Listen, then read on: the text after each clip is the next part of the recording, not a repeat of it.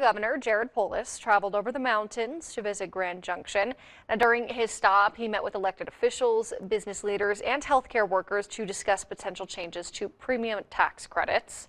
Reporter Robbie Patla joins us live tonight in studio with more details on their meeting. Robbie? Yeah, thank you, Hannah. Now, premium tax credits help people and families cover monthly health insurance payments. Now, these were established by the Affordable Care Act, and the American Rescue Plan Act of 2021 expanded eligibility and increases the coverage for many Americans. However, this is set to expire at the end of 2025, which makes the governor's meeting a timely one. Community leaders met for a roundtable discussion with Governor Polis to talk about an approaching deadline. Enhanced premium tax credits, which expand eligibility and increase financial assistance with health insurance, could expire by the end of the year if it's not extended by Congress. We know that Coloradans in western Colorado already face some of the highest health care premiums in our state. And without Congress acting, frankly, would make it a lot worse. On average, the governor's office anticipates a 174% increase in healthcare costs in Colorado. Those in western Colorado could see upwards of a 300% increase.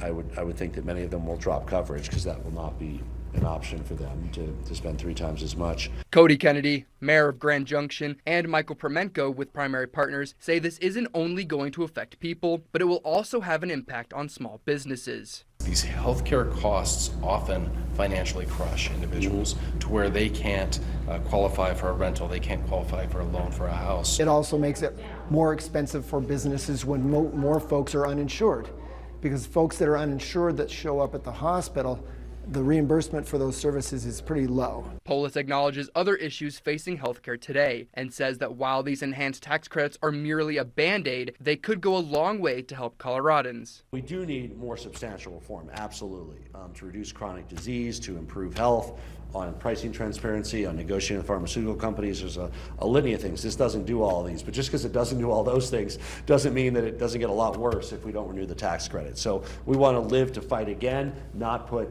small people out of business, force people to say I need to earn less to stay on health care.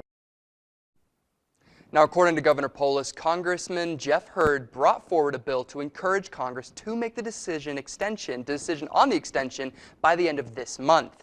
For the 10, I'm Robbie Patla.